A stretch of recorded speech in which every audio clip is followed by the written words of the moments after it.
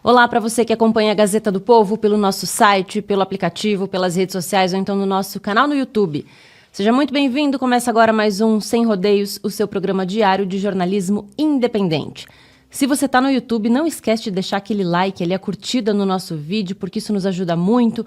Compartilhe o link do programa com seus amigos e familiares para que eles também possam assistir a gente. Se inscreva no canal da Gazeta do Povo no YouTube. E se você ainda não é assinante da Gazeta do Povo, chegou o momento de fazer a sua assinatura, porque se você assinar agora, você vai pagar só R$1,90 por mês durante 6 meses. Essa oferta está imperdível. Sendo assinante da Gazeta do Povo, você tem acesso a todos os nossos conteúdos. Lá no nosso site tem muita coisa para você acompanhar. Tem, claro, as reportagens do dia, tem muita análise, tem os colunistas que escrevem diariamente para a Gazeta do Povo, tem e-book, tem muito conteúdo. Então, seja você também um assinante da Gazeta do Povo, acesse gazetadopovo.com.br/oferta. Tem link para você clicar na descrição do vídeo aqui no YouTube e tem QR Code na tela para você apontar a câmera do seu celular. Hoje aqui no Sem Rodeios a gente vai falar sobre a prisão do ex-ministro de Bolsonaro e do envolvimento dele na emissão de um passaporte português para a possível fuga do país de Mauro Cid. Embaixador brasileiro diz que Carla Zambelli pode ser presa a qualquer momento. E o pacote fiscal na mira da Câmara. Tudo isso e muito mais ao vivo até às 3 da tarde. A gente bate esse papo e ouve a opinião dos comentaristas da Gazeta do Povo. Hoje, sexta-feira, temos Jorge Serrão, André Marcília e Júlia Luci. Já eles vão dar um oizinho aí para você que está acompanhando a gente. Vamos começar então falando que o tenente-coronel Mauro Cid foi convocado para prestar um novo depoimento à Polícia Federal nessa sexta-feira 13, né? Depois da prisão de Gilson Machado, né, da pasta do turismo do governo de Jair Bolsonaro. Ele foi preso mais cedo, né?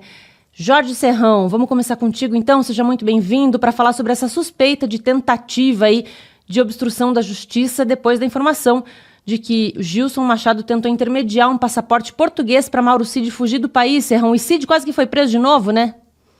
Pois é, não, chegou a ser preso e prisão foi revogada. Saudações, meus amigos, meus amados haters, minha querida Rossana, meu povo da Gazeta do Povo. Negócio não é mole, não. Sexta-feira 13, animadíssima.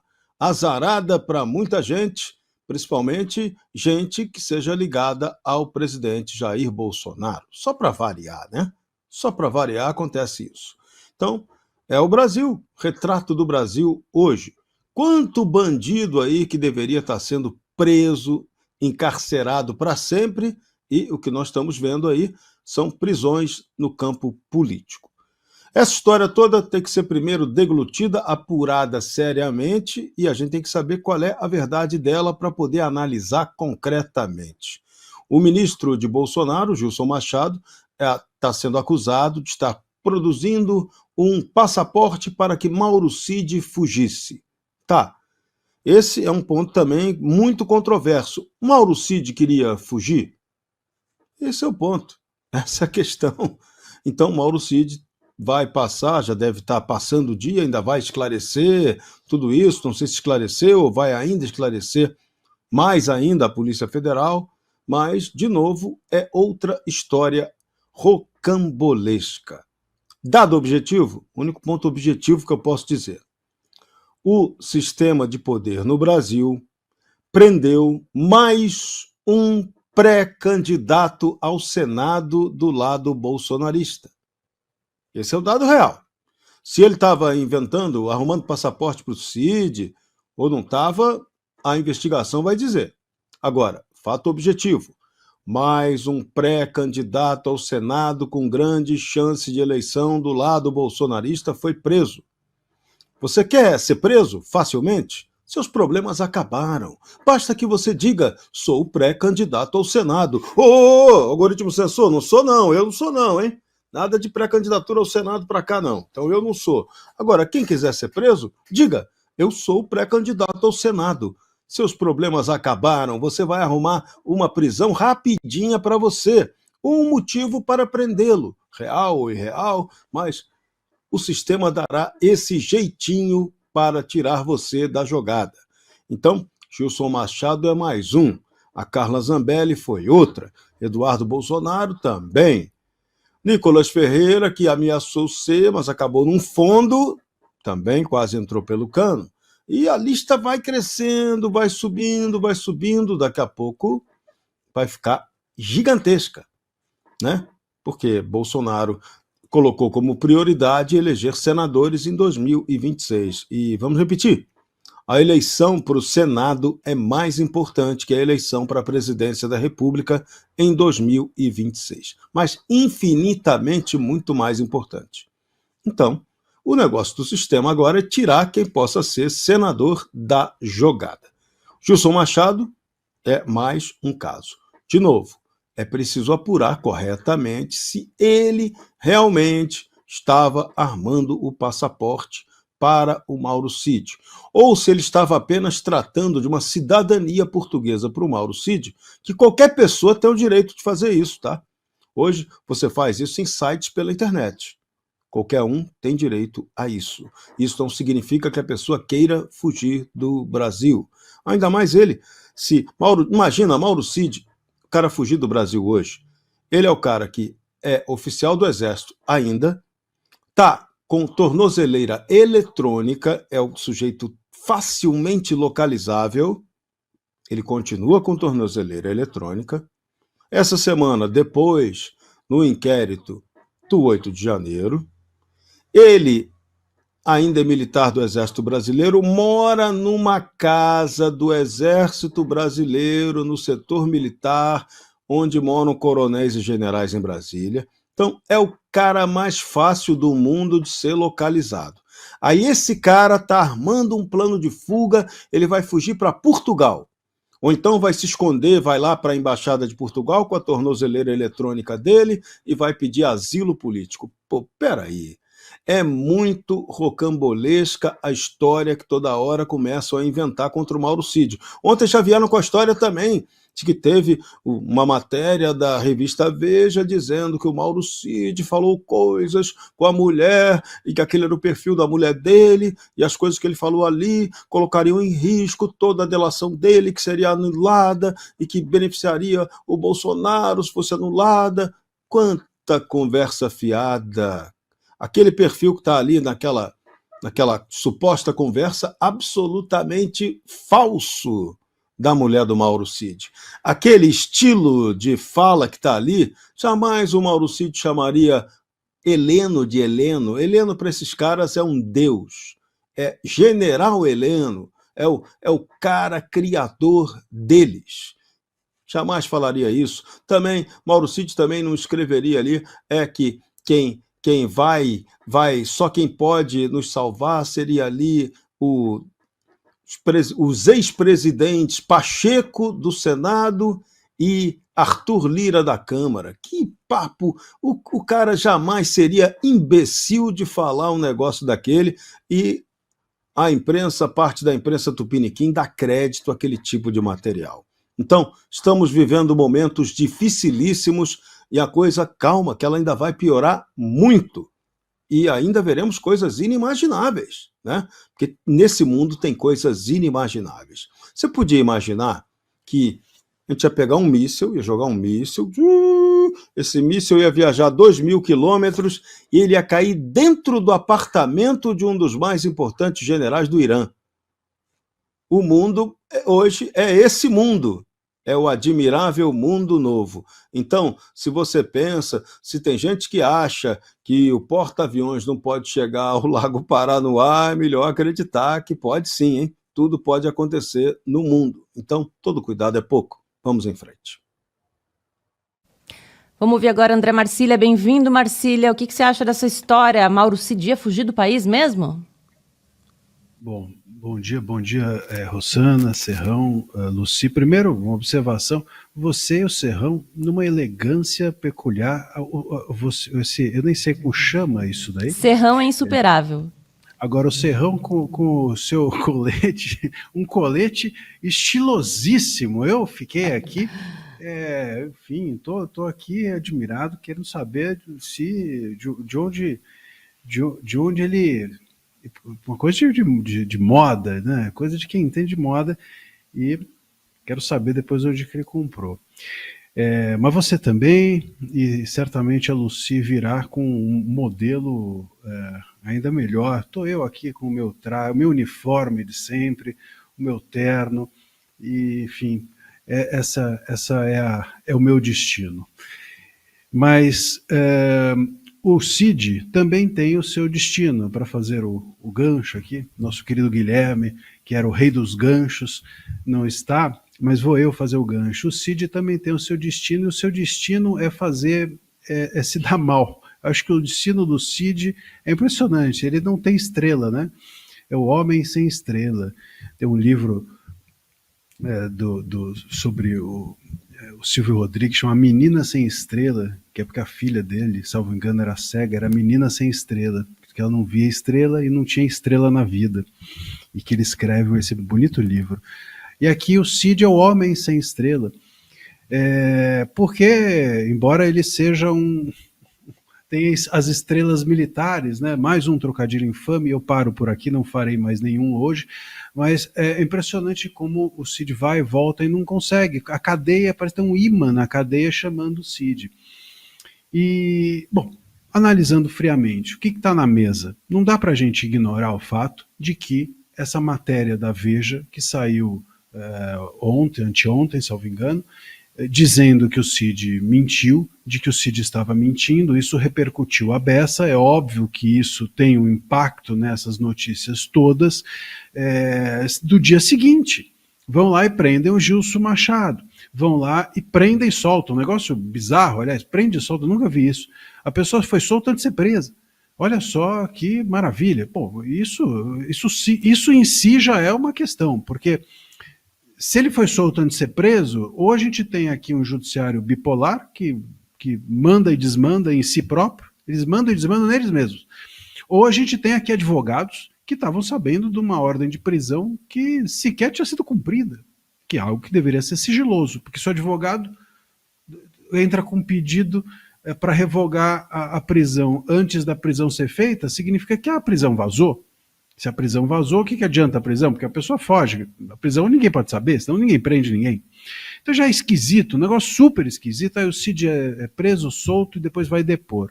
Por outro lado, o Gilson é preso por algo que é uma acusação grave. Se ele realmente pensou ou tentou emitir um passaporte, seja o que for, para o Cid sair do país, isso é grave.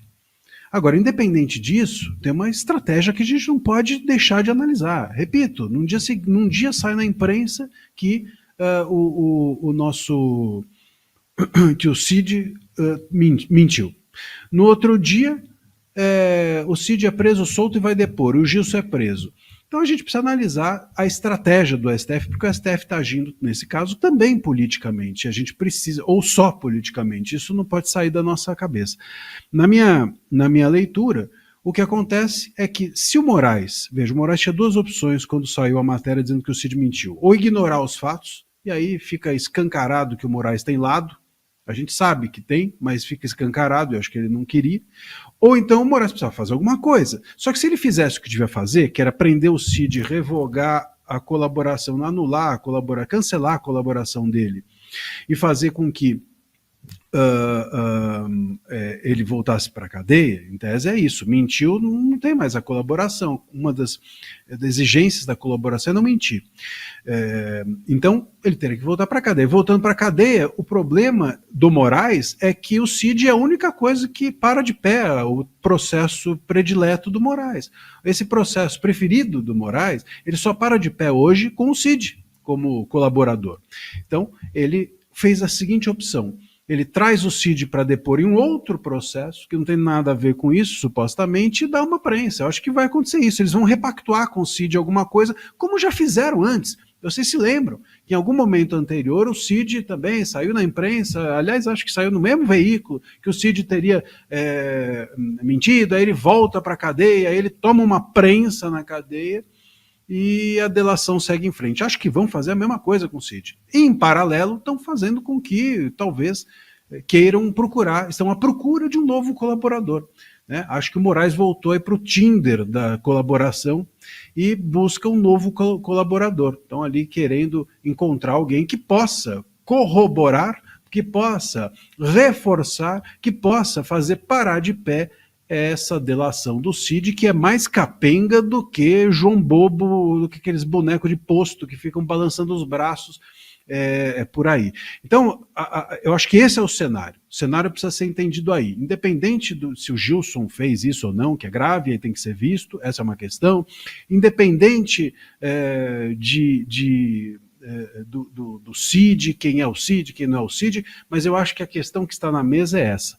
Politicamente, o STF ia ter que fazer alguma coisa, o Moraes ia ter que fazer alguma coisa com a notícia de que o Cid mentiu. E o que ele está fazendo é isso, tentando salvar a delação do Cid com esse depoimento, vão tentar entender o que está acontecendo e tentar fazer ficar de pé a delação do Cid, e acho que ele começa a procurar um novo colaborador. Está aberto, botou nos classificados da justiça brasileira, procura-se um novo colaborador. Talvez o Gilson, é essa a expectativa talvez deles. Se não for, estarão à procura. Outros mandados e inquéritos serão abertos daqui a pouco por aí, para procurar esse novo colaborador no Tinder do STF.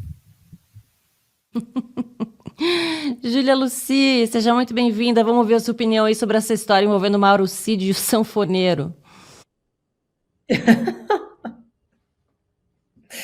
Ai, tudo bem, Rosana? Tá muito bonita mesmo com essa roupa. Boa tarde, querido Serrão. Boa tarde, querido André. Como o Marcília falou, né? Toda essa história se sustenta com base nos depoimentos de Mauro Cid. Esse é o fim da história. Se os depoimentos de Mauro Cid estão eivados de mentira, e a partir do momento que ele se predispõe a fazer delação premiada, ele não pode faltar com a verdade, mas se ele mentiu, ou então se ele vazou, se ele modificou o que ele estava falando para agradar as pessoas que estavam interrogando, não tem como nada mais se sustentar, porque a delação premiada por si só, ela não pode ser o único elemento de prova no processo para levar a condenação a alguém. Se a partir dos depoimentos de Mauro Cid tivessem sido obtidos áudios de outras pessoas, por exemplo, a prova de que na reunião houve a discussão ali do início do planejamento de um golpe, porque a gente precisa entender que tem a conjectura, depois nós temos os atos preparatórios, para a partir daí vir a tentativa e depois vir a execução. Então, se tivesse de alguma maneira algum outro elemento que fosse possível ser colocado como dentro de tentativa, da etapa da tentativa, e para valer, no caso do crime que a gente comenta aqui, que o principal dos crimes, né? Tentativa violenta de abolição do Estado Democrático de Direito. Se nessa tentativa tivesse havido violência, porque sem violência não tem como enquadrar nesse tipo penal, aí tudo bem. Aí a delação dele ainda poderia ser utilizada, mas do contrário não pode. E aí o presidente Bolsonaro, ele fez um tweet, ele postou nas redes dele, dizendo que não há outra saída a não ser a anulação desse processo. E o presidente Bolsonaro está correto. Porque se o único sustentáculo de todo esse processo é um depoimento cheio de mentiras, não apareceu mais nada. Inclusive, quem teve o cuidado de assistir a esses depoimentos nessa semana, e eu posso dizer que assisti a todos os depoimentos, e ficou claríssimo que não houve nenhum momento, inclusive a etapa de conjecturar a tentativa de golpe. Olha, então saiu o resultado e aí nós vamos destituir. A gente vai fazer o seguinte, eu não sei nem como que seria, né, nesse caso, mas a gente não vai deixar o presidente Lula tomar posse. A gente não vai deixar Lula tomar posse. A gente vai continuar. Nós não vamos passar senhas, eu não vou nomear os novos chefes das Forças Armadas, não vai ter publicação no Diário Oficial, e aí nós vamos mandar prender o Lula, Alckmin. E aí nós vamos fazer novas eleições, e proclamar um resultado, ou sem eleição, a gente desconfigura esse resultado, não está valendo esse resultado. Isso é o mínimo do que deveria ser feito se a gente estivesse falando de um golpe de verdade. Isso aqui que eu acabei de falar seria o mínimo. O mínimo. Veja o que aconteceu na Venezuela. Houve um resultado, esse resultado claramente incompatível com as atas impressas, e aí, por meio da força, eles prenderam, perseguiram as pessoas que estavam mostrando que o resultado era falso, e foi proclamado em parceria com o Tribunal Superior Eleitoral venezuelano que o resultado oficial era a reeleição de Maduro. Pronto, ali foi dado um golpe. Enquanto ainda estava no poder, todo o resultado foi manipulado para que se permanecesse no poder, em um flagrante desrespeito com o resultado comprovado pelos boletins impressos das urnas. Ali foi dado um golpe e permanece o golpe, porque o resultado é ilegítimo. E a comunidade internacional toda sabe disso.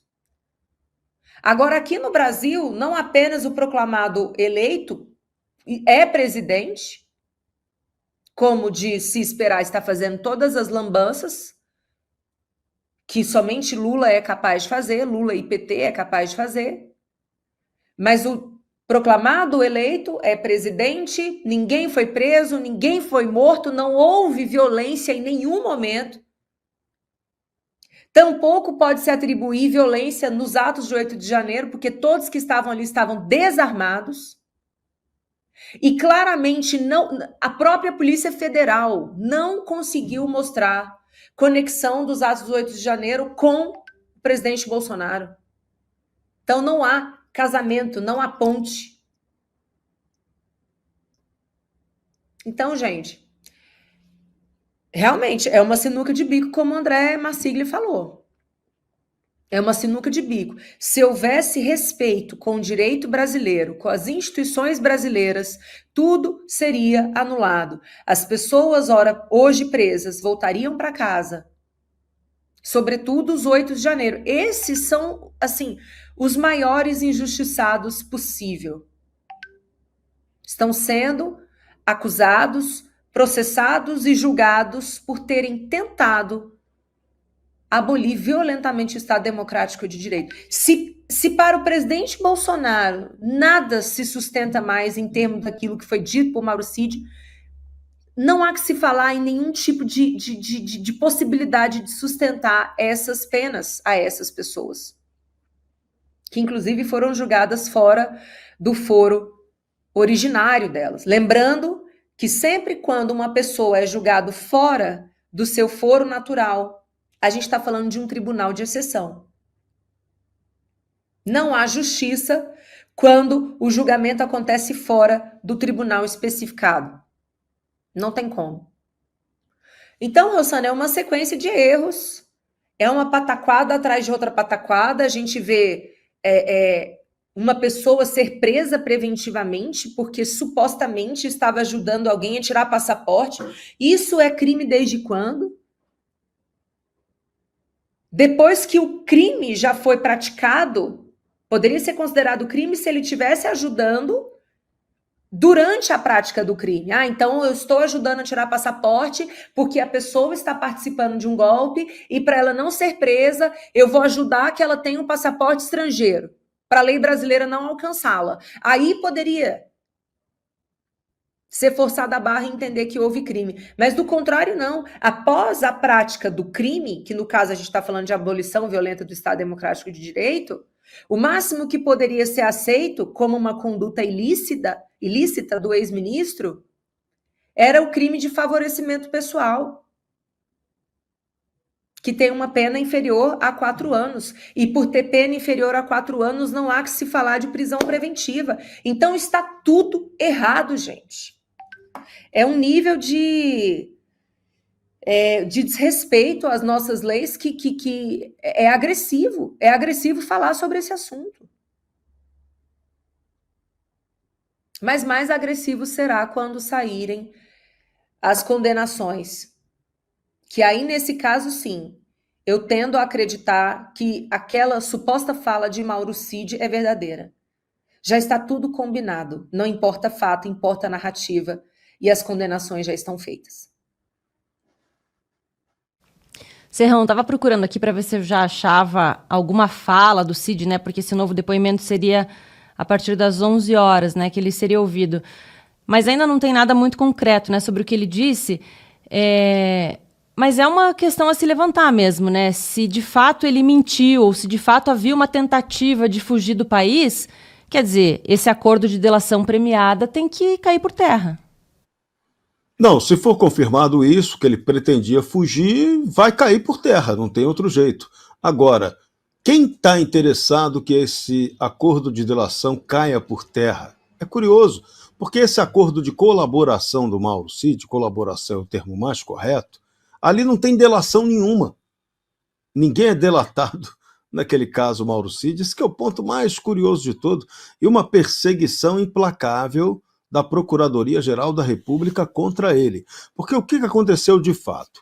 O Procurador-Geral da República, Paulo Gonet, mandou ontem um ofício de urgência ao ministro Alexandre de Moraes para que investigasse a possibilidade concreta de fuga do Mauro Cid, baseada, primeiro ponto, que Gilson Machado estava procurando lá em nome dele, no consulado de Portugal, em Recife, um pedido, um passaporte português. Mauro Cid, desde fevereiro de 2024, fevereiro de 2024, ele já tem a carteira de identidade portuguesa. Ele tem a cidadania portuguesa reconhecida, como seus pais também têm. E aí juntaram essa história toda com um outro fato, que a família do Mauro Cid teria viajado para o exterior. Parte da família dele está em Los Angeles. A mãe dele, o pai dele, que é o general de exército Lorena Cid, 4 estrelas, reformado, está em Los Angeles. A mulher do Cid, a Gabriela, também, e uma das filhas do Cid estão em Los Angeles para o aniversário da sobrinha do Mauro Cid, filha do irmão do Cid, que mora lá nos Estados Unidos. Público notório, todo mundo sabe disso. Não há restrições de viagem para o general Cid, para a mulher dele, para a mulher do Mauro Cid, nem para a filha do Cid. Mas eles viajaram. E em cima dessa viagem, eles alegaram agora que o Mauro Cid poderia estar tramando também uma fuga do Brasil, porque se ele conseguisse o passaporte português, poderia pedir asilo a Portugal. A história que está desenhada é essa. E aí ele também fugiria, agora que está no final da instrução processual. Então, o Procurador-Geral da República, baseado nisso, mandou prender de novo o Mauro Cid.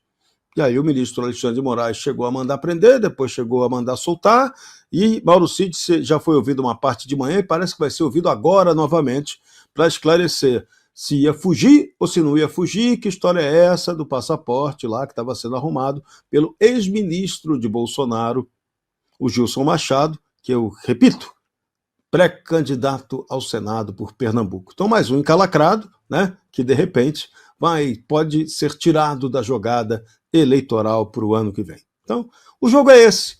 Agora, o que vai acontecer, nós vamos ter que esperar para ver.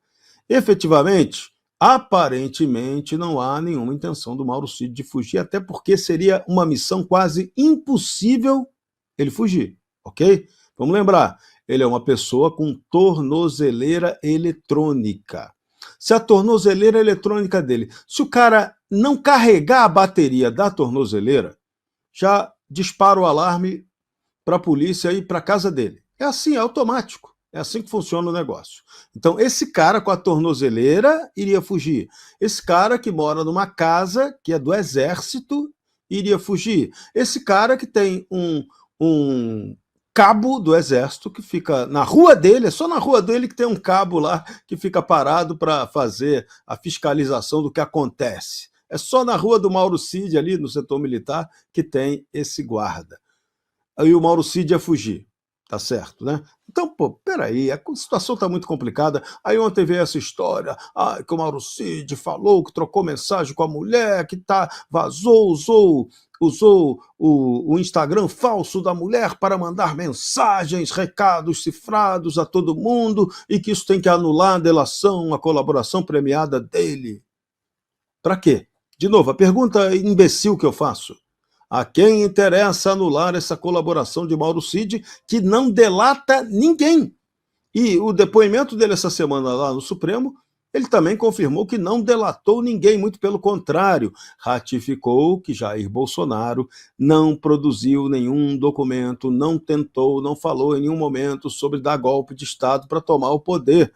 Então, isso incomodou, né? Muita gente ficou incomodada com isso. Bolsonaro se saiu muito bem nesse depoimento dessa semana, então isso também incomodou muita gente. Então são essas coisas que a gente tem que analisar com todo cuidado, porque o Brasil virou um lugar de perseguição implacável. Mauro Cid, esse cara tá ferrado. Esse cara é um dos mais brilhantes oficiais do Exército Brasileiro, primeiros de turma, iguais a ele tiveram um sujeito chamado João Batista de Oliveira Figueiredo, que foi presidente, e um outro chamado Augusto Heleno Pereira, que também está nesse inquérito. Primeiraço, aço do Exército Brasileiro. E o Mauro Cid também.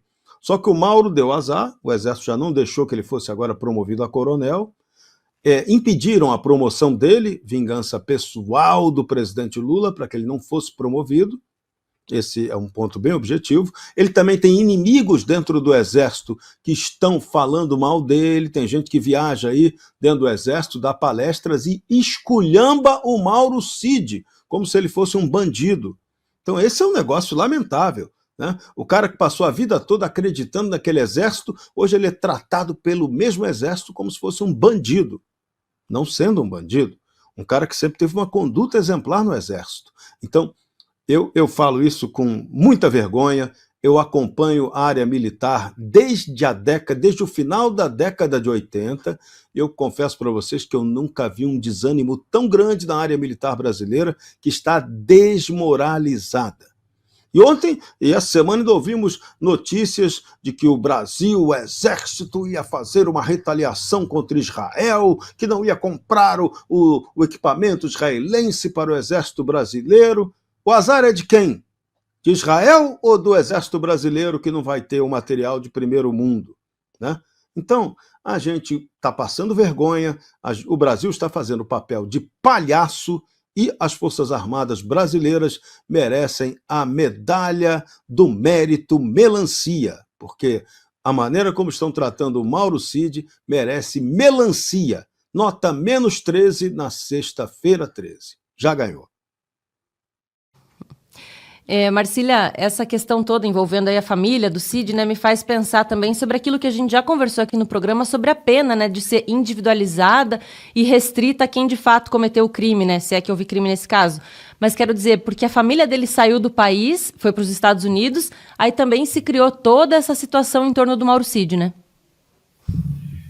Só faço também um registro aqui que a Lucy não só também está muito elegante, como tem um quadro ali muito bonito no fundo. Eu estou aqui morrendo de inveja de vocês, porque o meu fundo é simples. No máximo, como eu já mostrei, tem uma tomada horrível aqui atrás.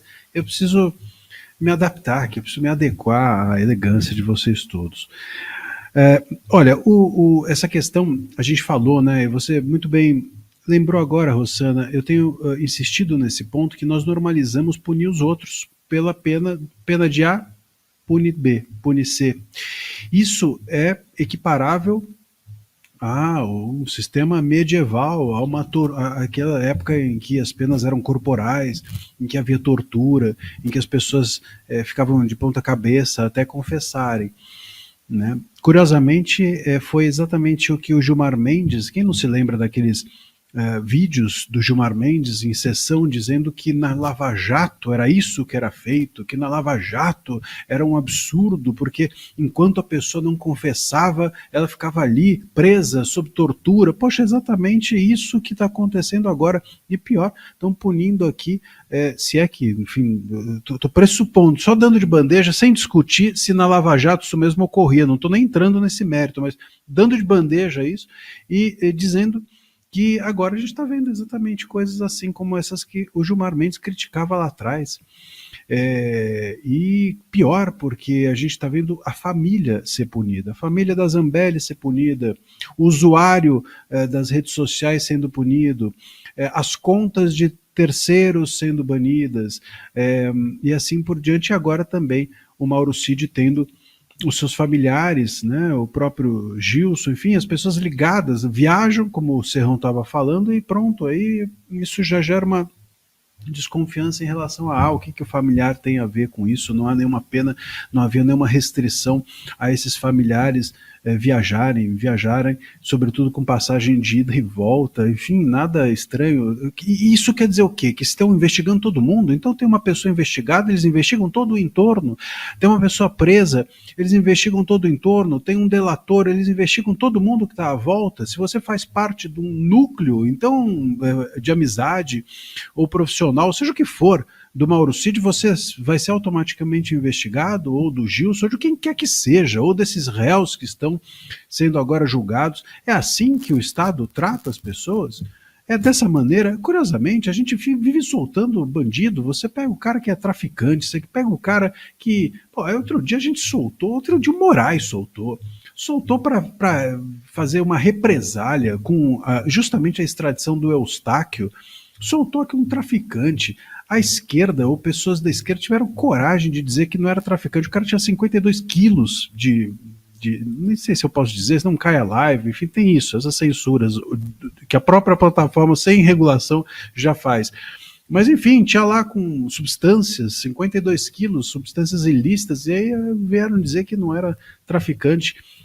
Não, é uso próprio, 42 quilos só para consumo próprio. Quer dizer, é uma loucura. Essas pessoas aí não, elas próprias não podem ser incriminadas. Aqui, nesses casos envolvendo esses réus, não só a pessoa é incriminada, como todo mundo que está em volta dela. Você criminaliza a comunidade. Isso daí, sinceramente, isso daí é coisa do totalitarismo que a gente enxergava lá na Alemanha na Segunda Guerra. A comunidade judaica é ilícita para esse Estado. É isso que fizeram. Todo mundo aqui. Né? É dessa maneira que tratavam. A gente está fazendo isso com essas pessoas. O Estado está fazendo isso, na verdade, com essas pessoas. Isso é horrível.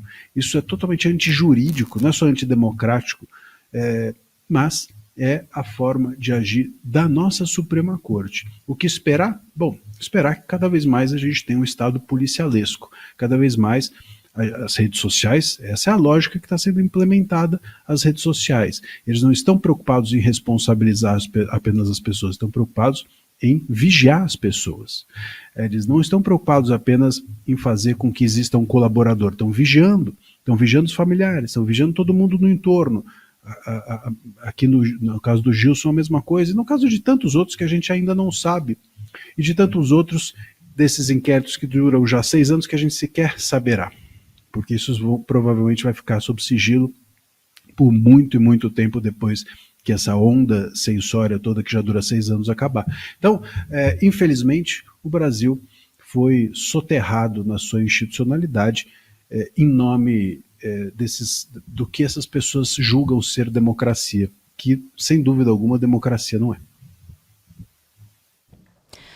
Bom, vamos falar então de promoção da Gazeta do Povo para você se tornar assinante. Você vai pagar só R$1,90 se você fizer sua assinatura agora. Durante 6 meses, então, esse é o preço que você vai pagar para ser assinante da Gazeta do Povo e ter acesso a todos os nossos conteúdos. Então, clica aí.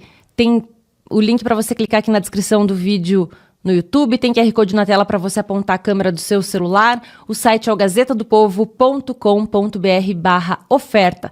Garanta já, então, a sua assinatura para ter acesso a todos os nossos conteúdos.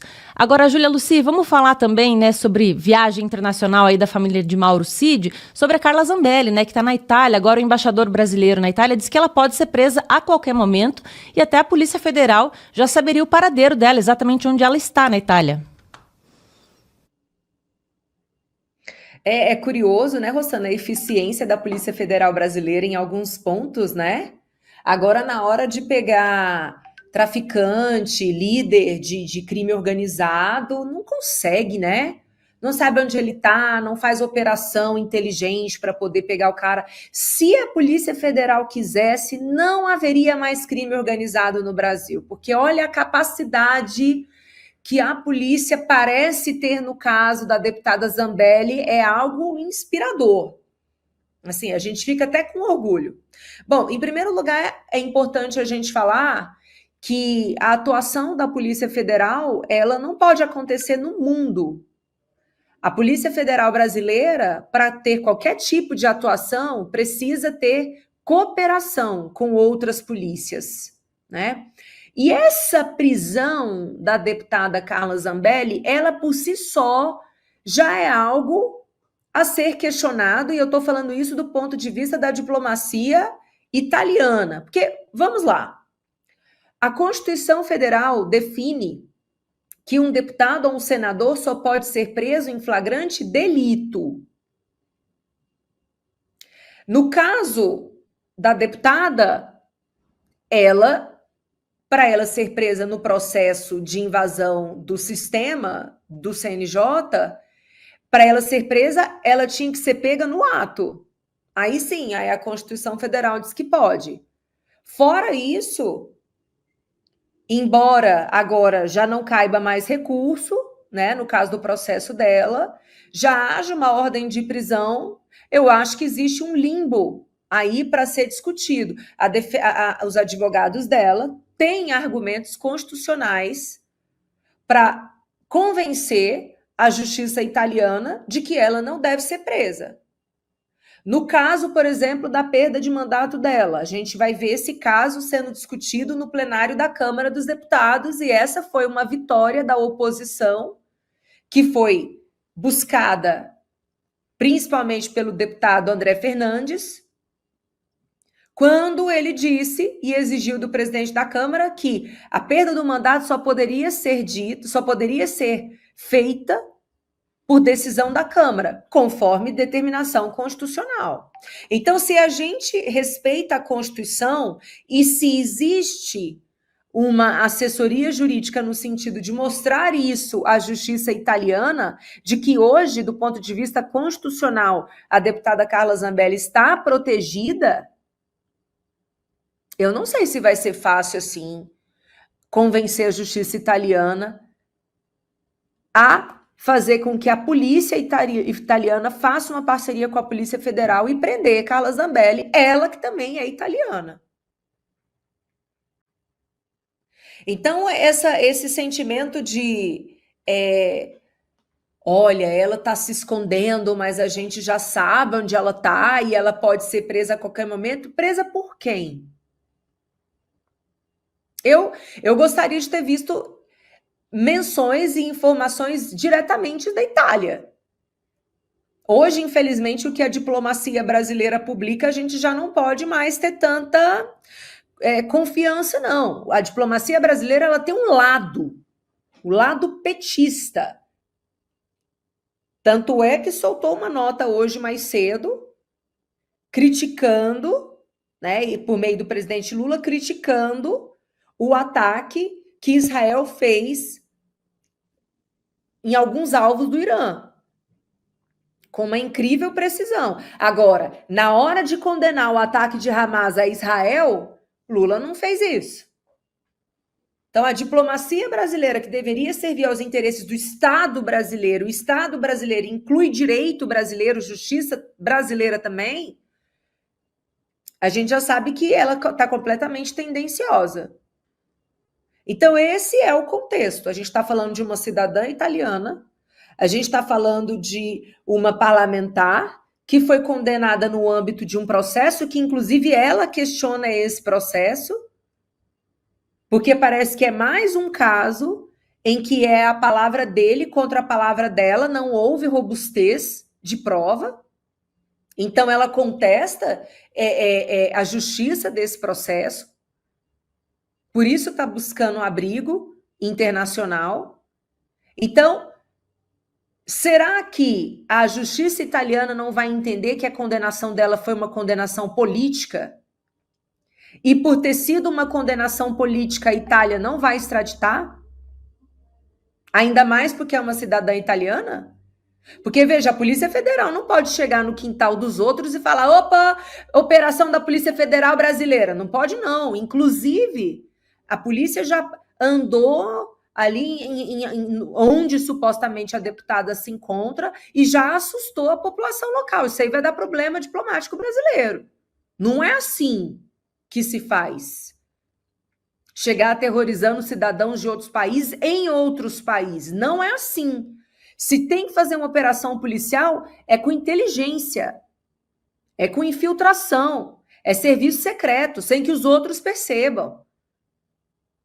O que se faz aqui no Brasil, que já está sendo normalizado, invadir a casa de deputados às 6 horas da manhã, com o pé na porta, que infelizmente esse é o modus operandi hoje da Polícia Federal brasileira. Infelizmente, a instituição se curvou a esse papel de servir a um braço político do governo brasileiro. Mas ela não pode fazer isso na Itália. Então, Rosana, eu realmente acho muito improvável que a deputada seja presa na Itália dessa maneira. O Brasil tem acordo de cooperação técnica para extraditar uma pessoa para cá. Assim como o Brasil já fez, no caso da Itália, é necessário que haja coincidência de tipo penal. Tem que ser crime aqui, mas tem que ser crime lá. E não pode configurar perseguição política também não, senão não entrega. Foi o que aconteceu no caso de Oswaldo Eustáquio. A Espanha já encerrou o caso dele. Não extraditou porque entendeu que ele estava sofrendo perseguição política. E ele também é espanhol. Então, vamos aguardar as cenas dos próximos capítulos, mas eu gostaria de ver essa eficiência toda da Polícia Federal para desbaratinar o crime organizado nas cidades brasileiras. Seria maravilhoso investir onde realmente é problema, que é um cidadão brasileiro ter medo de andar às ruas, ser coagido pelo crime. Isso é problema. Então, essa energia deveria estar indo para o lugar correto. Infelizmente, é triste falar isso, mas a Polícia Federal hoje no Brasil, ela se presta a um papelão. Jorge Serrão, como que você acha que vai ficar a situação de Carla Zambelli, então, lá na Itália? Você concorda com a Júlia que dificilmente ela seria presa lá no país italiano? Eu já não sei mais de nada. Do jeito que a coisa está hoje, tudo pode acontecer. Em princípio, o caso dela é político e a tendência italiana é entender que ela é uma perseguida política que não deve ser deportada. Mas vai saber qual é o jogo envolvido no meio de toda essa história, né? Hoje a Itália tem um governo conservador da premier Giorgia Meloni, mas é garantia de que isso vai servir para proteger a Carla Zambelli, eventualmente lá na Europa? Que é uma situação complicada. A gente tem outro caso para ser avaliado por aqui, que é a Câmara dos Deputados vai autorizar ou não a prisão e condenação da Carla Zambelli. Se a Câmara disser que não, nós vamos ter uma deputada que vai ter uma ordem de prisão, mas que vai continuar sendo deputada. E se ela estiver na Itália, ela vai estar licenciada, mas sendo deputada. Só que o ministro Alexandre de Moraes já determinou aqui no Brasil a suspensão dos pagamentos possíveis pelo gabinete da Carla. Então ela é uma deputada que está interditada. Mas a Câmara autorizou essa interdição ou concedeu essa interdição? Por enquanto, a interdição é judicial, mas a pergunta é, a Câmara autorizou? Isso foi feito com a permissão da Câmara dos Deputados? Aparentemente, o presidente da Câmara aceitou, mas, de novo, a pergunta, a Câmara pode fazer isso? Ou isso fere a Constituição? Então, a gente está com umas perguntas irrespondíveis, que, do ponto de vista da normalidade, na normalidade, a Câmara teria que ser consultada para processar, prender, condenar a Carla Zambelli. Na anormalidade, está valendo tudo. Ela já está condenada e já pedem a prisão dela, agora pedem a extradição dela na Itália. E a Itália pode conceder ou não. Fica aquela dúvida. A Júlia lembrou agora o caso Oswaldo Eustáquio, que foi mais uma passada de vergonha para o Brasil e para o judiciário brasileiro. a Espanha reconheceu que o caso dele é de perseguição política, então não concedeu a extradição do Oswaldo Eustáquio.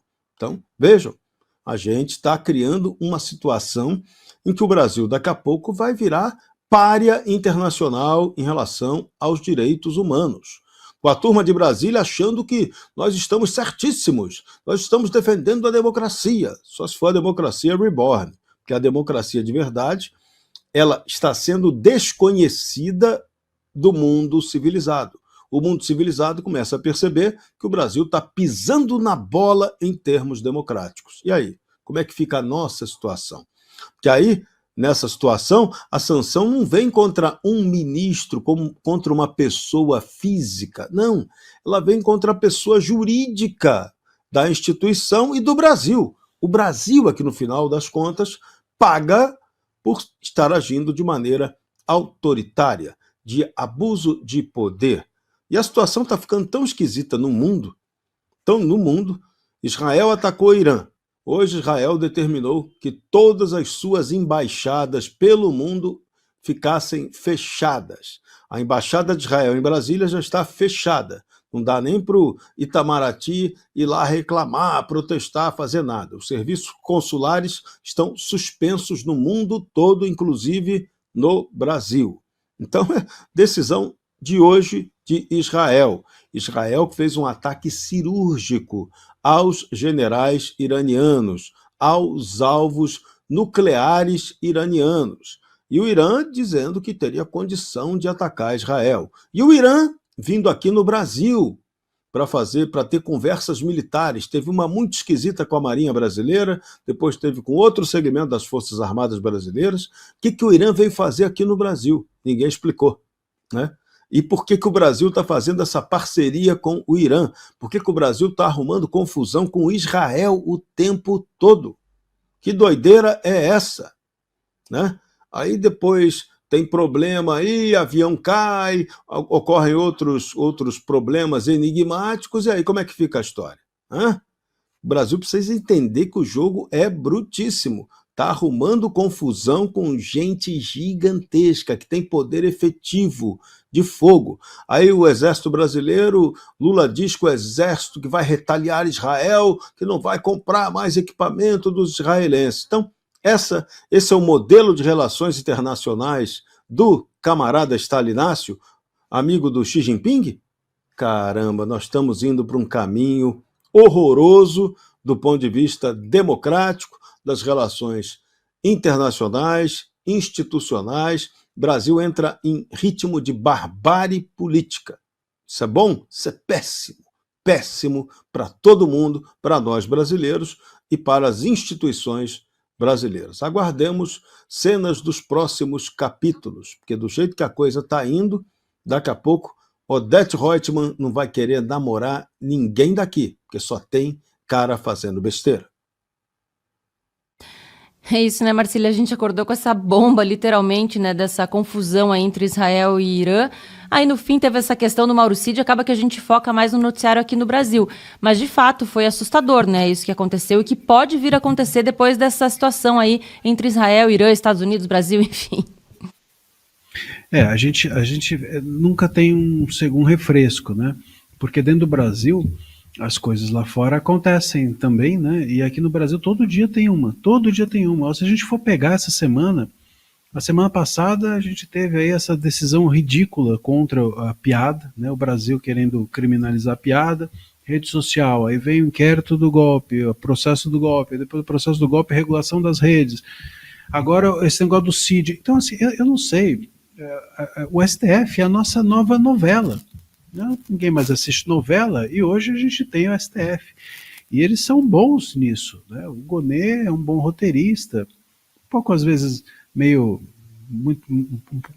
pouco, tem algumas falhas no roteiro, tem uns ministros que são meio canastrões na sua encenação dentro dessa novela, mas de uma forma geral a gente tem como se fosse uma novela mesmo, e eles vão tomando a nossa energia com isso. E a gente precisa entender que dentro desse cenário, por outro lado, o mundo vai girando, vão acontecendo coisas.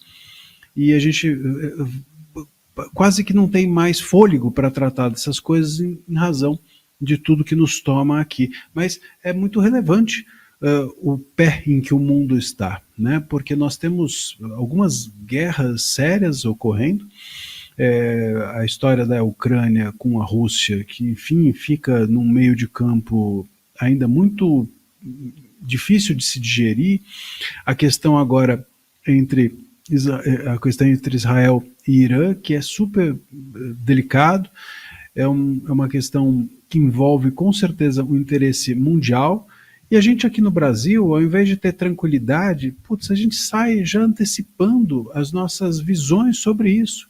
Ao invés de a gente olhar com certa calma, estava vendo hoje, parece que estava no aeroporto, um monte de idiota fazendo algazarra, gritando Palestina livre, né? Eu já vi agora, recebi uns vídeos, o Chico Buarque, o Chico Buarque de novo, o Chico Buarque, falando a mesma coisa, né?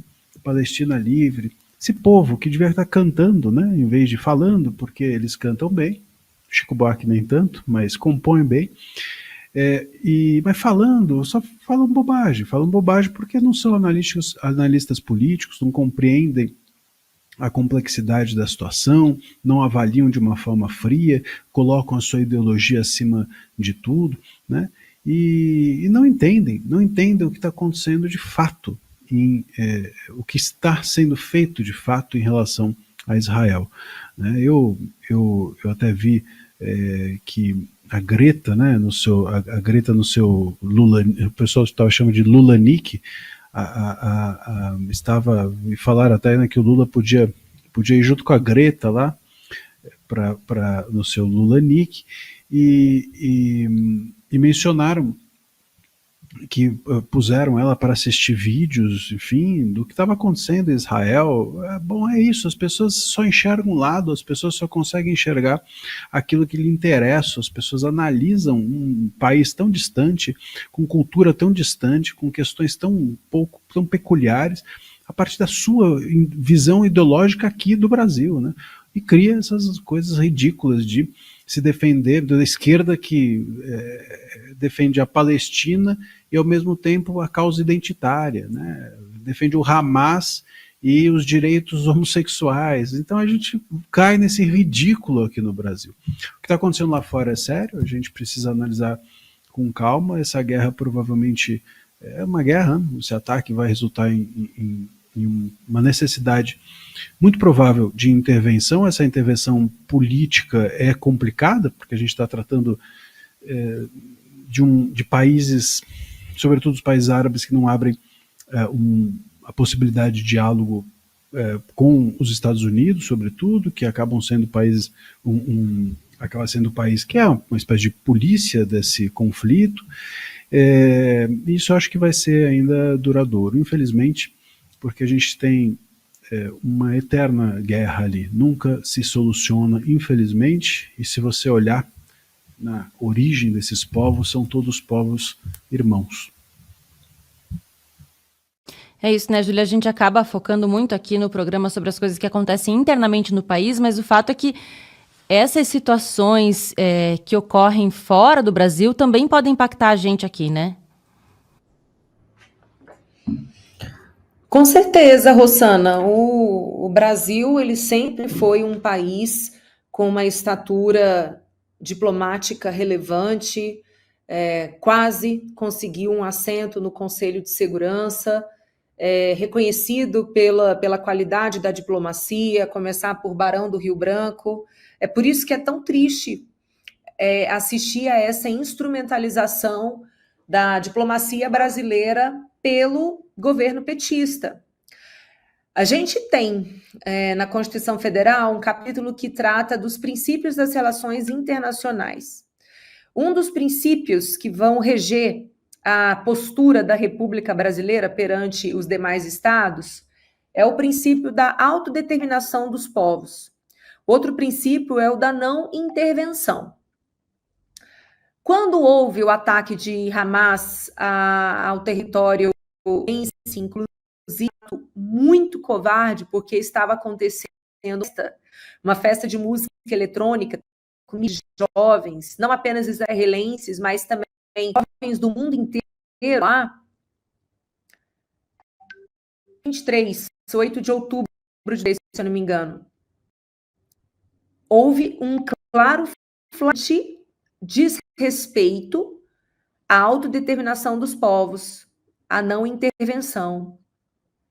Mas Lula não falou nada sobre isso. E a gente precisa contextualizar um pouco aqui.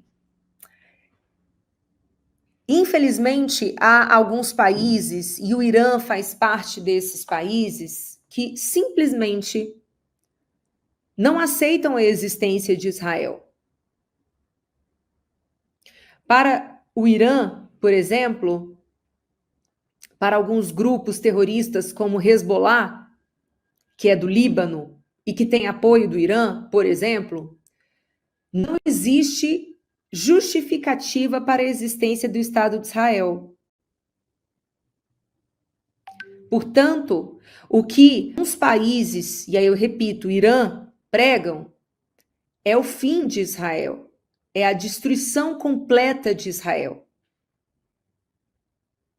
Então, para Israel, a existência de armas nucleares do Irã, de posse do Irã, a presença de ogivas e de mísseis, e há vários tipos de mísseis, um tipo de míssil é o superfície, por exemplo, que dispensa a aviões para serem mandados. Tem várias armas, tem vários tipos de tecnologia. Então, quando um país como o Irã detém essas armas, detém essa tecnologia e avança por possuir uma bomba nuclear, e é isso que estava acontecendo quando o Irã fez um avanço no seu programa nuclear e avança cada vez mais no enriquecimento de urânio. E aí, há 60 dias, Donald Trump propôs que o Irã parasse com esse enriquecimento de urânio. Ele deu 60 dias, olha, pare em 60 dias. Hoje é o 71º dia, o Irã não tinha parado. E aí, gente, não se brinque com Israel. Porque o Israel, diferente desses outros países, a começar pelo Irã, que é uma ditadura, onde as pessoas não possuem liberdade, inclusive cidadãos iranianos sofrem muito na mão do regime. Israel é uma democracia liberal que conta com o apoio dos Estados Unidos, de boa parte da União Europeia, conta, por exemplo, com o apoio da França, apesar de ser liderada por um progressista que é o Macron, conta com o apoio da França, e eles têm muito investimento em tecnologia. Eles têm muito dinheiro. Então, vejam a precisão dos ataques de hoje. Houve o disparo de um míssil a 2.000 quilômetros de distância. E esse míssil atingiu a sala do apartamento onde estava um dos líderes das operações militares iranianas e matou com absoluta precisão. Não há muito tempo, vocês se lembram de uma operação, essa foi uma das mais geniais, na minha opinião, em que eles conseguiram colocar explosivos nos dispositivos, aquele espécie de... não é um celular, é one page, é pager. Olha como Israel sabe atuar com inteligência. Conseguiu implementar dispositivos nos pagers que seriam distribuídos por membros também de grupos terroristas anti-Israel. E aí esses pagers foram explodidos ao mesmo tempo em diferentes localizações. Então, se não houve avanço do Irã no sentido de cessar o seu programa de enriquecimento de urânio, e esse pedido de cessar foi feito, inclusive, por Trump, eles pagaram para ver.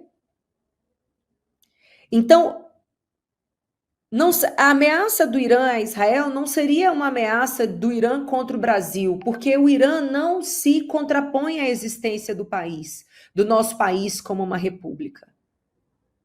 mas não é o mesmo no caso de Israel. O que se prega é o fim de Israel.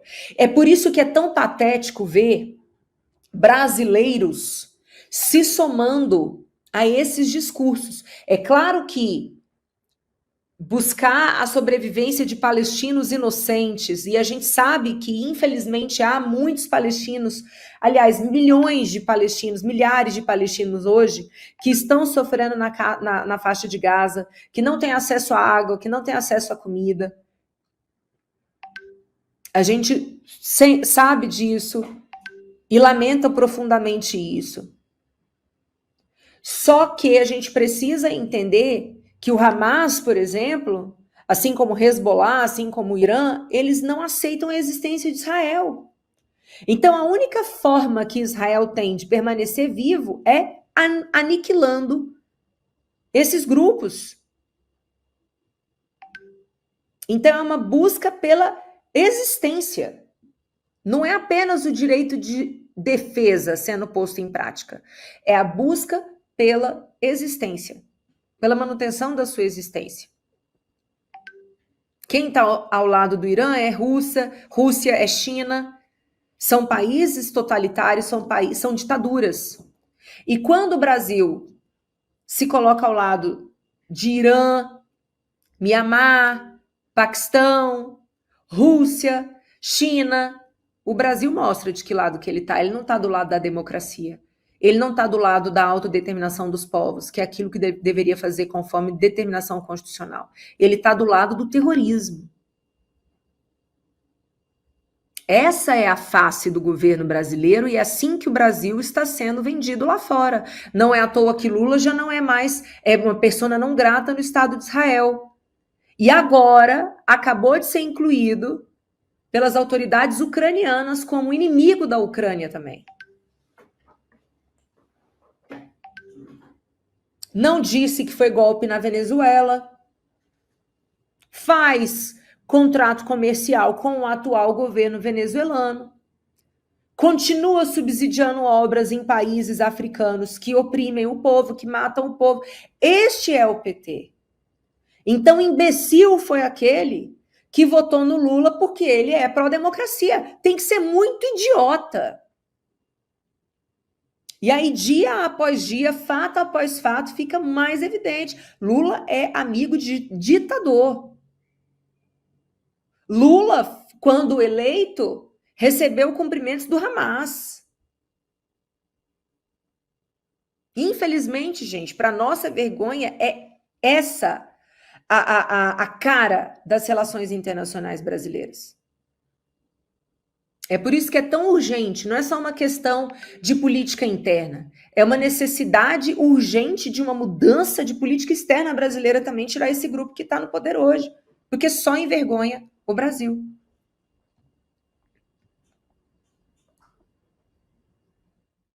Serrão, agora outro motivo de vergonha aqui, né, para o nosso país é esse escândalo do INSS, essa fraude bilionária aí que a gente ainda não tem ideia do tamanho, de quanta gente atingiu, mas o fato é que Lula pediu ao STF para abrir crédito extraordinário para ressarcir as vítimas. Quer dizer, mais um capítulo também nessa história que a gente vai ver como e quando que essas pessoas, se é que elas vão conseguir recuperar o dinheiro, né? Não, tudo uma situação cada vez mais absurda. Lula, a Advocacia Geral da União, solicitando ao STF que não aceite que as pessoas abram processo contra o governo por causa disso. O governo tenta se eximir de culpa nessa história. Impossível, não tem como.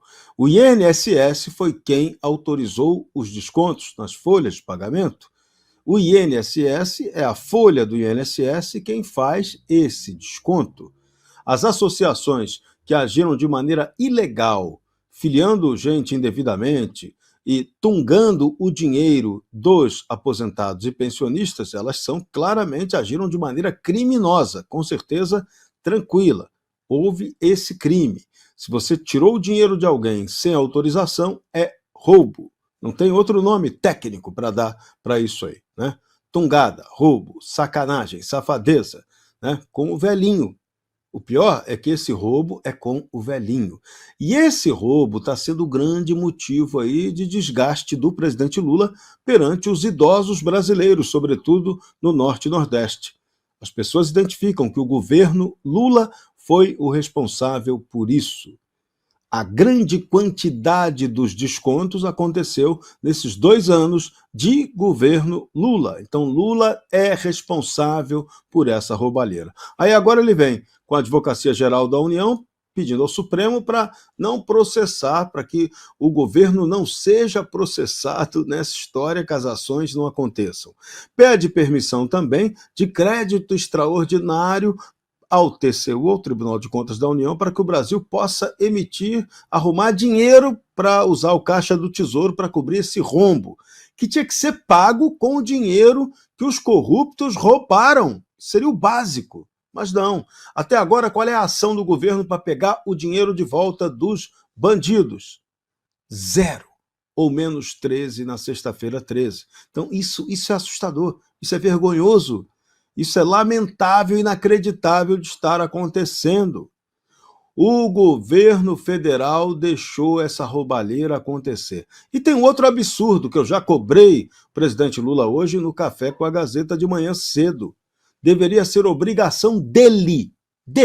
O sindicalista Lula deveria exigir a extinção do Sindicato dos Aposentados e Pensionistas, simplesmente porque isso é ilegal. Esse sindicato é nulo de pleno direito. O Ministério do Trabalho não poderia ter autorizado o funcionamento dessa entidade, porque aposentado e pensionista não é uma categoria profissional. Esse sindicato é para defender categoria profissional. Isso é lei. Caramba, esses caras não conseguem cumprir a lei. Presidente Lula, você não consegue fazer a lei ser cumprida. E ninguém faz nada com você por causa disso. Ninguém faz nada com o seu ministro do Trabalho. Cadê a Procuradoria do Ministério Público do Trabalho? Cadê a Procuradoria-Geral da República? Cadê? Por que ninguém cobrou isso até agora? E só para piorar um pouco a situação, o irmão do presidente Lula, conhecido como Frei Chico, é vice-presidente desse sindicato absolutamente ilegal que não poderia existir e que tomou dinheiro dos aposentados e pensionistas indevidamente. Então, essa história toda, ela é algo para dar impedimento desse presidente da República há muito tempo, por incompetência, por má fé, incapacidade de gestão, prevaricação, porque está havendo um crime e não está agindo contra ele. Então, olha, o Brasil cansa. Azar do brasileiro não é a sexta-feira 13, é aguentar o partido 13 no poder. Nota menos 13 na sexta-feira 13 de novo, porque já encheu o saco de tanta sacanagem contra o povo brasileiro, principalmente aquele pobre, indefeso, aposentado e pensionista do INSS. E a gente tem que ressaltar, né, Marcília, que aqui no Brasil a gente vive também esse embate aí entre a Câmara e o governo com essa questão desse aumento de impostos, né? Porque o aumento do IOF gerou uma reação em cadeia, enfim, e a Câmara está tentando se posicionar, pelo menos diante da população, né? Não sei se de fato é um posicionamento real de que vai sim continuar confrontando o governo e exigir mudanças, mas que de fato esse aumento aí do IOF gerou toda uma reação em cadeia, né?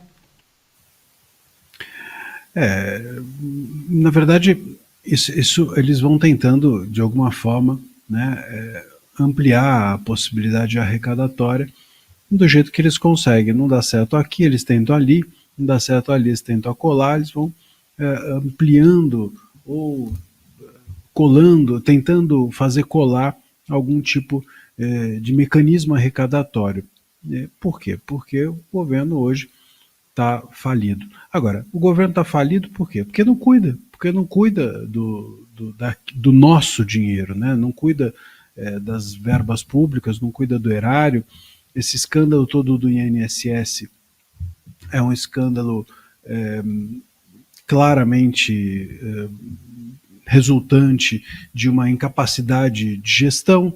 A gente tem visto aí agora a tentativa até do Lula, né, do governo, de não entrando com ação para que os valores não sejam devolvidos. Eles não falaram que eles iam devolver tudo, agora entram com ação para que os valores não sejam devolvidos pelo governo. Por quê? Porque se for devolvido, quebra o Estado, né? É óbvio, eles não têm dinheiro, eles gastam sem precedente para aquilo que não importa, e aquilo que importa eles não têm, e aí precisam ficar arrancando do nosso bolso a toda hora.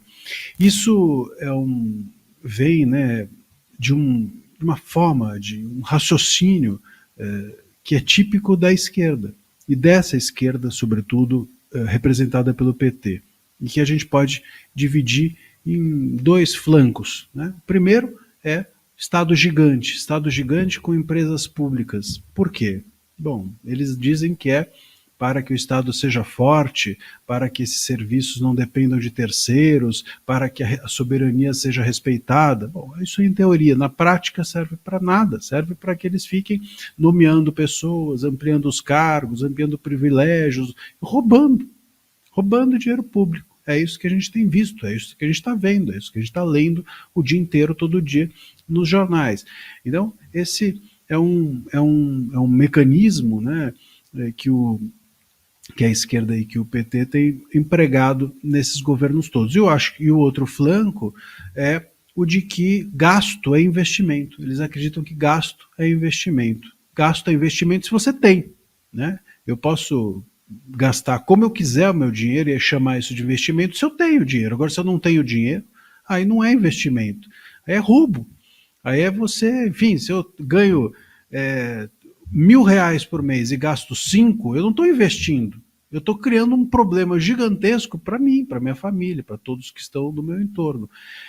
Então, essas lógicas, né, a lógica de que o Estado grande ele serve para de que o Estado grande deve existir e que ao mesmo tempo o gasto é investimento, serve para que eles roubem e para que eles gastem errado.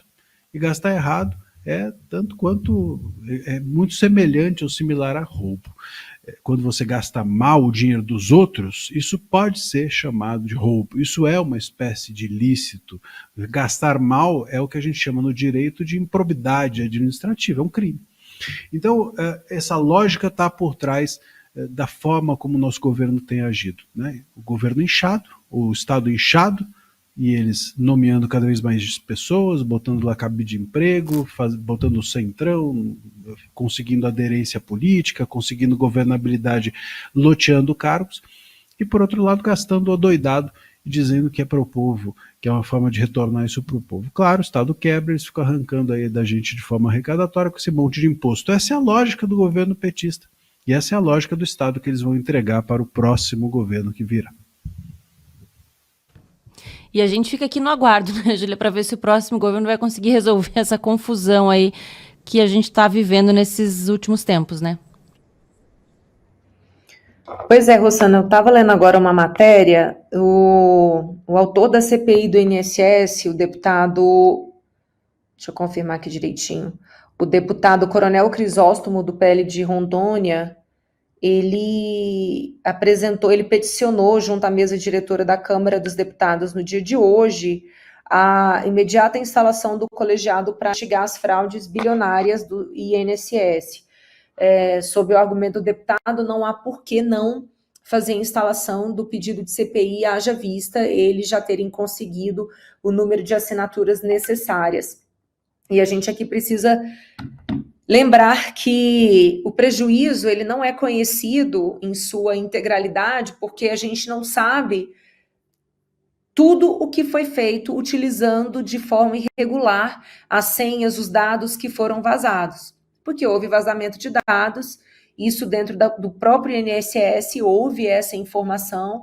Então, de posse do login e senha de milhões de usuários do INSS, foram feitos, por exemplo, empréstimos sem o conhecimento dos beneficiários.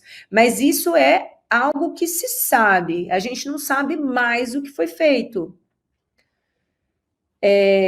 Para que foi usado esse login e senha? Dá para fazer, além de, você pode fazer empréstimo num banco, você pode fazer empréstimo em outro banco. Então, assim, os bancos tiveram o cuidado de fazer uma capa de proteção antes de conceder esses empréstimos? Será que não também algumas empresas que hoje atuam como financeiras, né? Elas também não tiveram acesso a esses dados? Enfim, tem tanta coisa, gente. Não é só o desconto irregular que estava sendo encaminhado para as instituições, para os sindicatos, mas houve também, como eu estou falando aqui, o contrato de empréstimos, né? Então, pode ter chegado a 90 bilhões de prejuízo. 90 bilhões. Se o presidente Lula pede para o Supremo suspender as ações que as pessoas, que os cidadãos lesados estão abrindo contra o governo para terem acesso à reparação, como é que vai ser pago esse prejuízo? Vai ter que ser aberto um crédito específico dentro do orçamento da União? A gente está falando de 90 bilhões de reais. Só para a gente ter ideia, gente, do prejuízo que isso é para a sociedade brasileira, hoje nós temos um problema gravíssimo no Brasil, que é a falta de manutenção preventiva das estradas brasileiras. O Brasil é um país que tem uma malha rodoviária muito grande, deveria ser maior, só não é porque é muito caro para fazer isso, mas se você não fizer a manutenção preventiva, não tem como utilizar as estradas sem acidente ou com eficiência para escoar a mercadoria. Pois bem, para a manutenção preventiva da malha rodoviária brasileira, custaria ao ano para a União 6 bilhões de reais. Esse é um dos prejuízos que se tem notícia. Os empréstimos descontados irregularmente na folha somam pelo menos 6 bilhões de reais. Então, a gente está falando que, por exemplo, se a decisão for abrir um crédito dentro da lei orçamentária federal para se reparar parte desse prejuízo, esse prejuízo de 6 bi, por exemplo, significa que a gente não vai fazer manutenção nas estradas brasileiras. Significa que o frete vai ficar cada vez mais caro. O frete cada vez mais caro, a comida fica mais cara para o brasileiro. É uma tragédia. Não ter pressa em investigar e puxar o novelo o fio do novelo dessa lã e descobrir quem é que está envolvido, para aí sim os responsáveis serem punidos e terem que arcar com os prejuízos. A gente está vendo a construção aí, o preparo de uma grande pizza. Vão abafar o caso, como já estão fazendo. E aí não vão chegar nas pessoas. E a gente sabe que falou em sindicato, falou em PT. Falou em cúpula do PT. Falou em presidente Lula. Inclusive, o presidente de um dos sindicatos é irmão dele. Então, gente, esse senhor, que hoje, infelizmente, é o presidente do Brasil, ele é a encarnação de tudo aquilo que é ruim.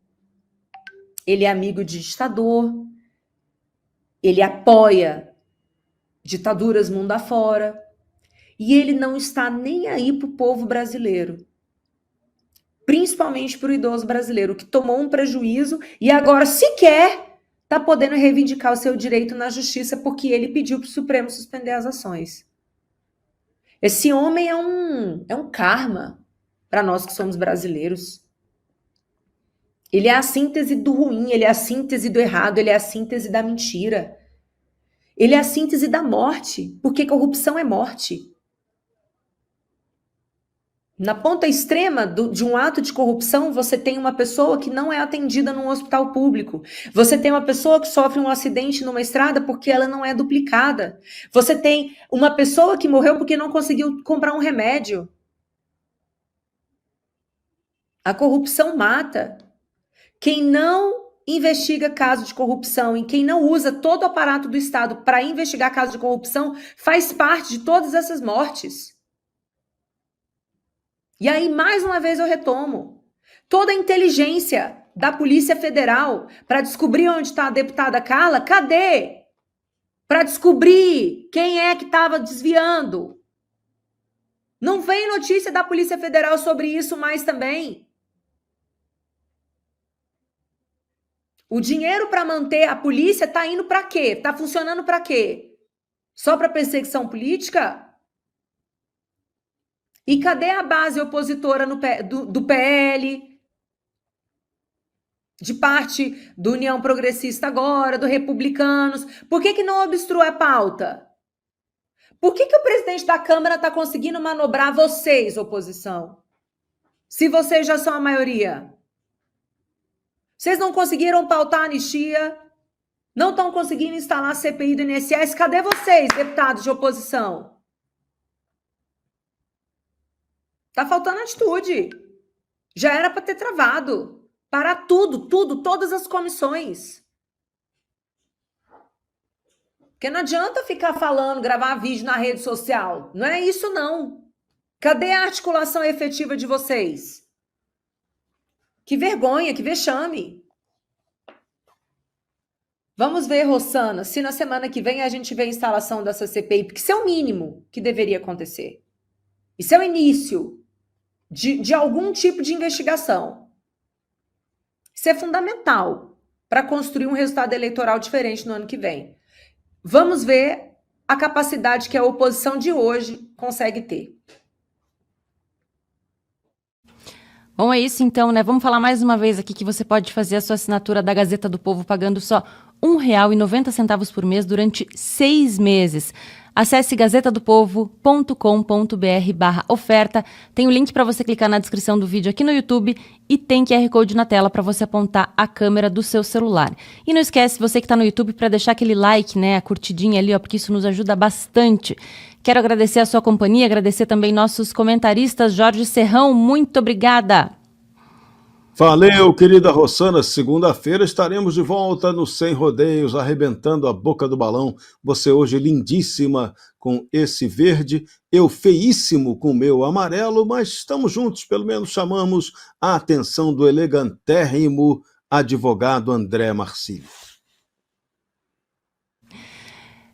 Marcília Serrão abrilhantando aí, né, nosso Sem Rodeios hoje com esse colete dele. Eu falei sério, eu gostei do colete. Serrão, vamos combinar, você me diga onde é que você comprou, a gente vem um dia aqui com o mesmo colete. Eu vou ter... Aí a gente faz um par de, como diziam os nossos avós, um par de vasos. É isso, um abraço a vocês, bom final de semana, se nos deixarem, né? Se esse país nos permitir tê-lo. Um abraço. Júlia Luci, muito obrigada. Obrigada a você, querida Rossana, os meus colegas maravilhosos. Desejar um bom final de semana na medida do possível, né? Para quem está nos assistindo, agradecer pela audiência de todos. Também estarei aqui, se Deus quiser, na próxima segunda-feira.